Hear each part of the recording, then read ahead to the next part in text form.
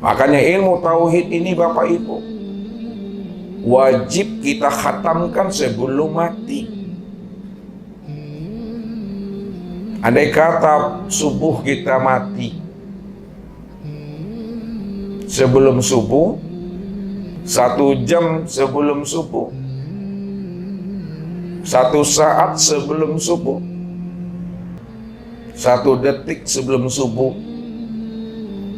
sebelum yugorgir, kita mesti mampu menghatamkan ilmu itu.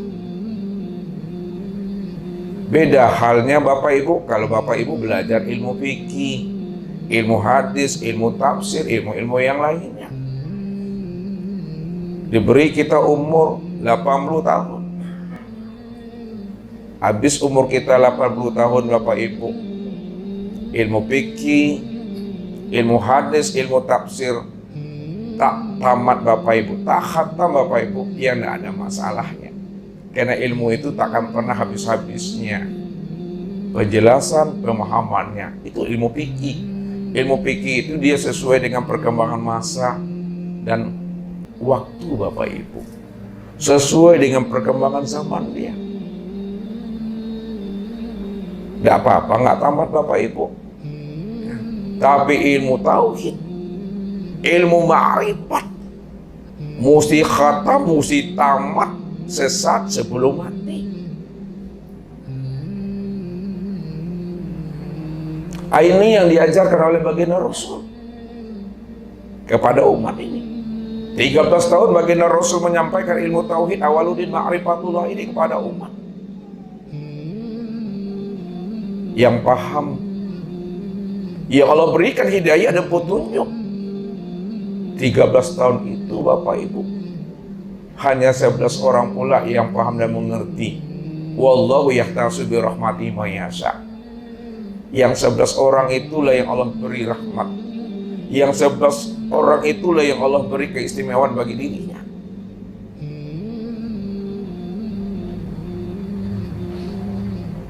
Begitulah Bapak Ibu. Kita mesti memahami ilmu ini. Sekarang umur kita sudah diberikan Allah. Malam ini, saat dan detik ini, mungkin sudah ada yang melebihi 35, mungkin sudah sampai 45, mungkin sudah melebihi 55, mungkin sudah sampai 75, atau sudah melebihi daripada 79 tahun. Malam ini kita sudah mengenal Allah. Malam ini kita sudah menyaksikan Allah. Malam ini kita tidak tahu nak siapa diri kita ini yang sebenarnya. Ini yang kita iqra itu, yang kita muhasabah itu dalam diri kita ini. Sebab siapa yang tidak mengenal Allah kata aku, dalam kehidupan ini tak kenal kita Tuhan selama umur kita malam ini, maka Allah dah katakan kita ini adalah orang yang buta.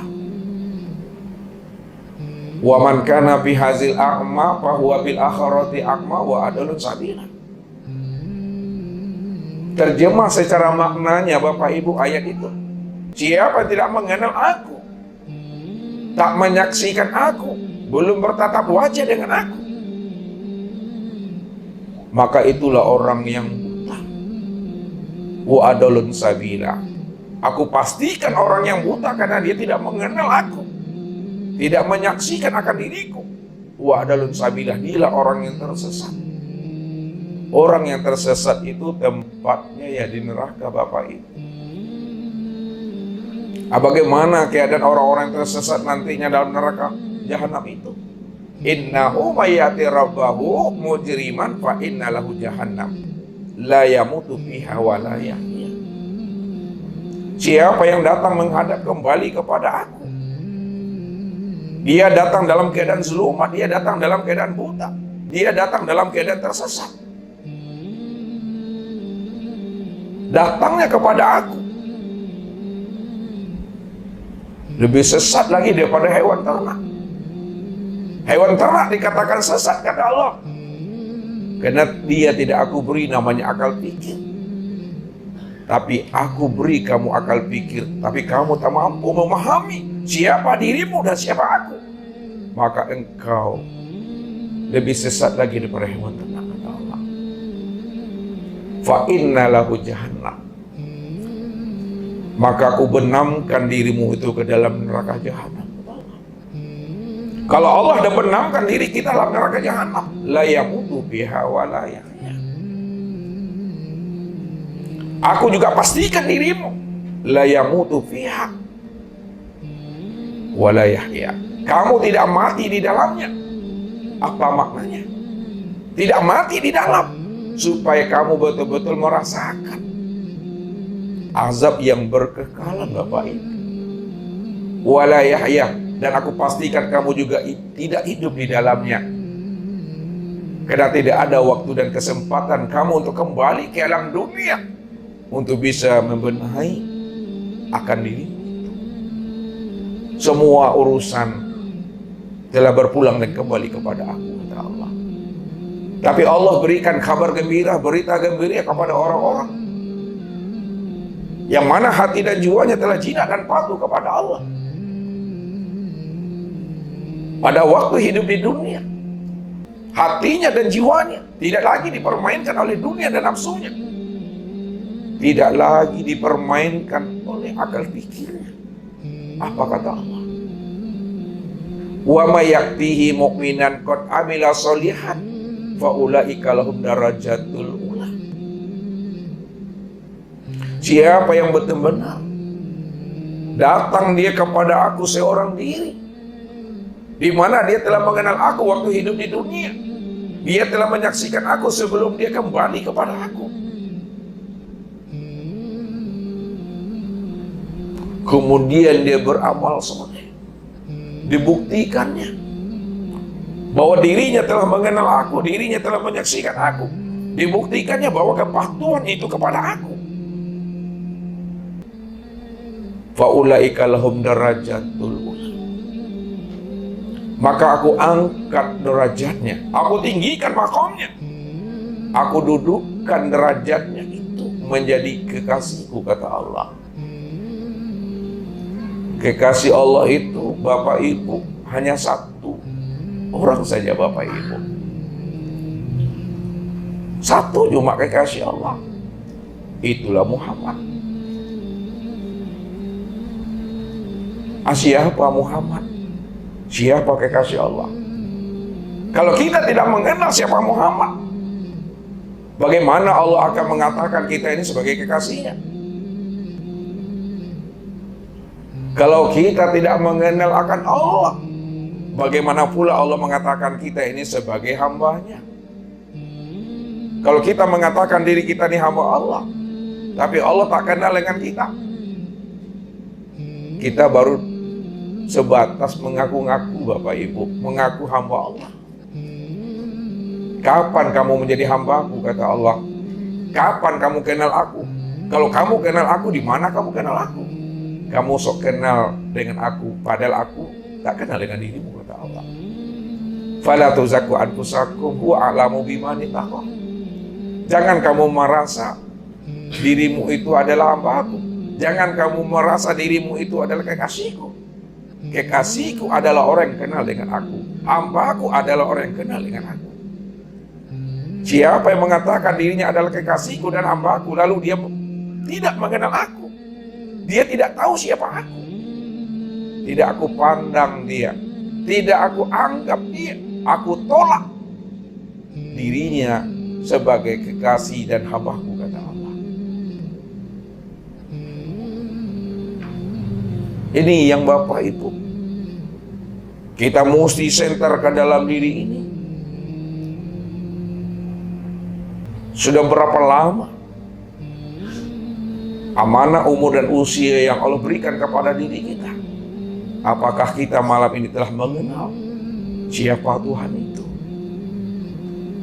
Maka malam ini Bapak Ibu, kita akan mencoba untuk mempertajam, memperdalam, dan meninggikan kajian kita malam ini, Bapak Ibu, paham tak paham, simak silah elok-elok Bapak Ibu.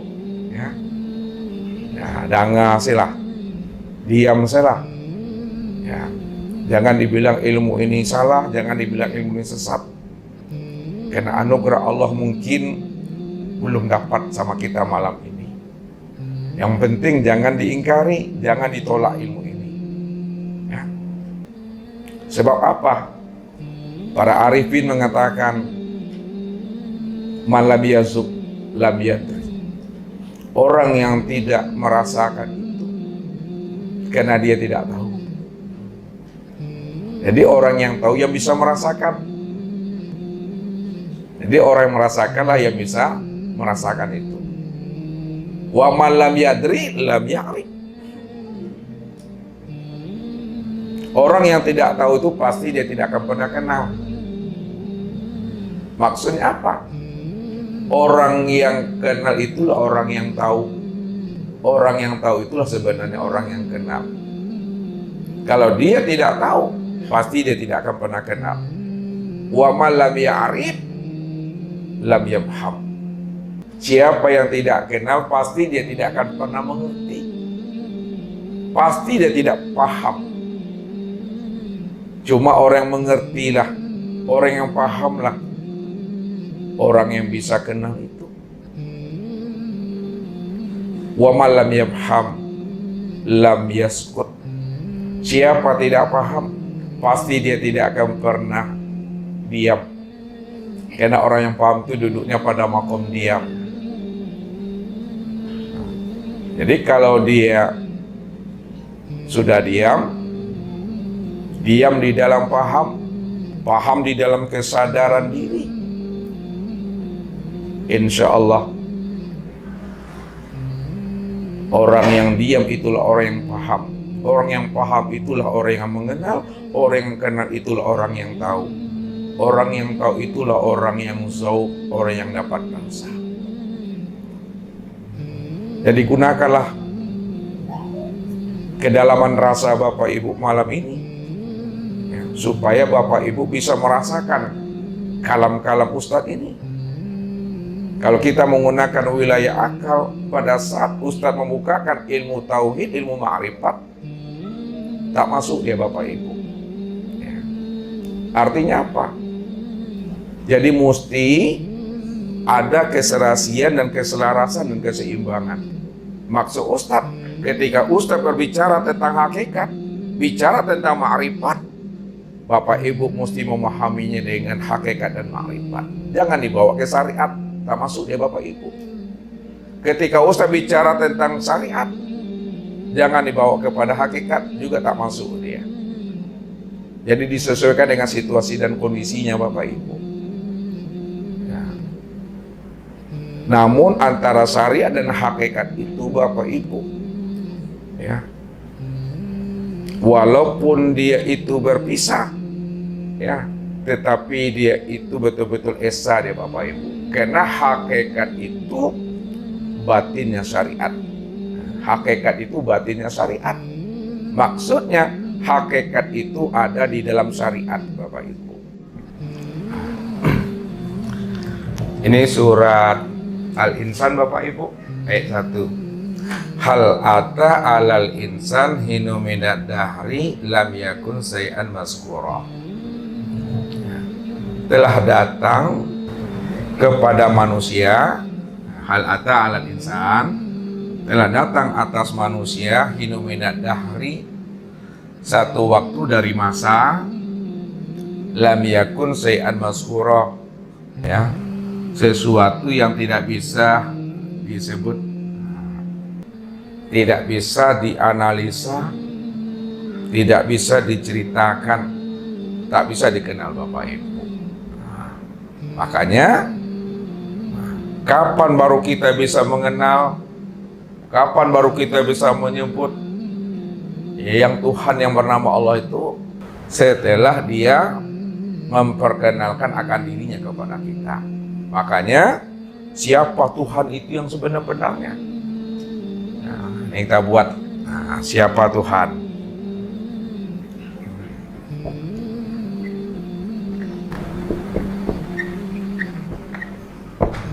Yang kedua, ya, siapa aku? Yang ketiga, siapa namanya Ahmad? Yang keempat, siapa yang disebut Nur Ilahi? Siapa pula yang disebut namanya Nur Muhammad?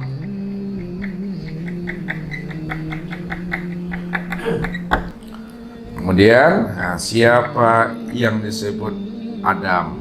Siapa Adam? Kemudian, siapa insan?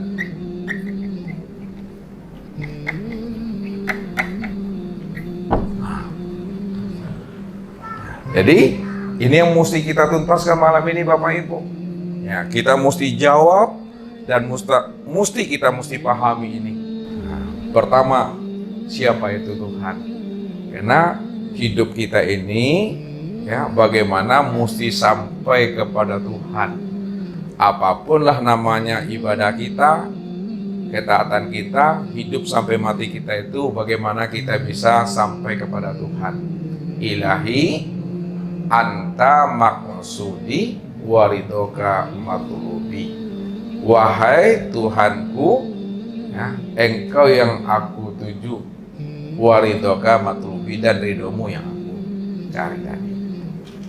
Lihat, Allah katakan telah datang kepada manusia satu waktu dari masa yang tidak pernah bisa disebut. Siapa yang tidak bisa disebut itu? Yang nggak bisa disebut, yang nggak bisa dikenal, yang nggak bisa diceritakan, itulah yang disebut namanya dengan Tuhan. Ini yang disebut Tuhan. Lalu Tuhan itu yang mana yang nggak bisa disebut itu? Yang nggak bisa kita kenal itu yang mana yang dikatakan Tuhan itu? Yang dikatakan namanya Tuhan itu, ini yang kosong ini yang Tuhan, Bapak Ibu. Yang kosong ini yang Rob, yang kosong ini yang Tuhan. Gak bisa dikenal, gak bisa disebut, ya kan? Yang gak bisa disebut, yang gak bisa dikenal, membuat kita itu heran. Yang heran itu yang Tuhan tuh.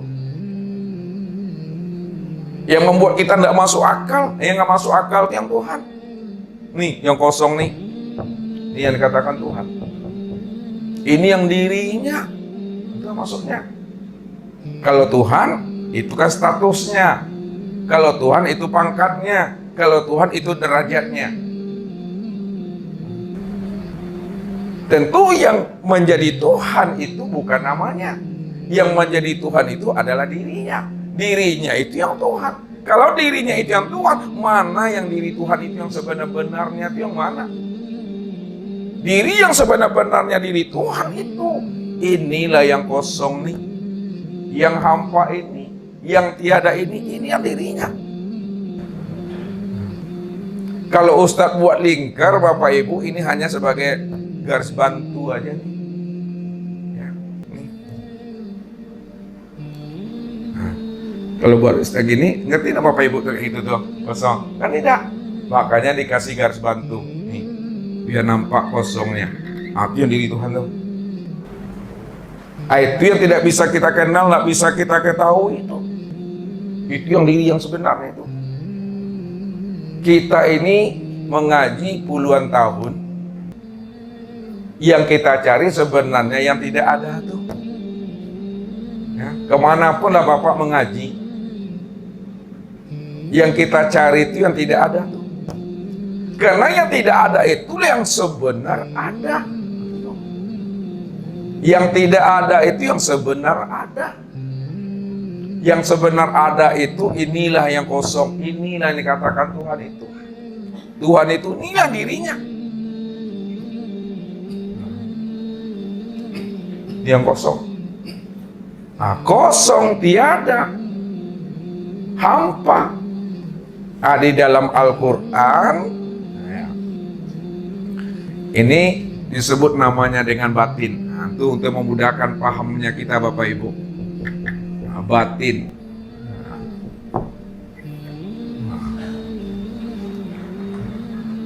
Batin itu bukan tidak ada. Nah, lihat, batin itu bukan tidak ada. Dia ada, dia wujud, tapi ada dan wujudnya itu masih dalam keadaan batin, masih dalam keadaan tersembunyi.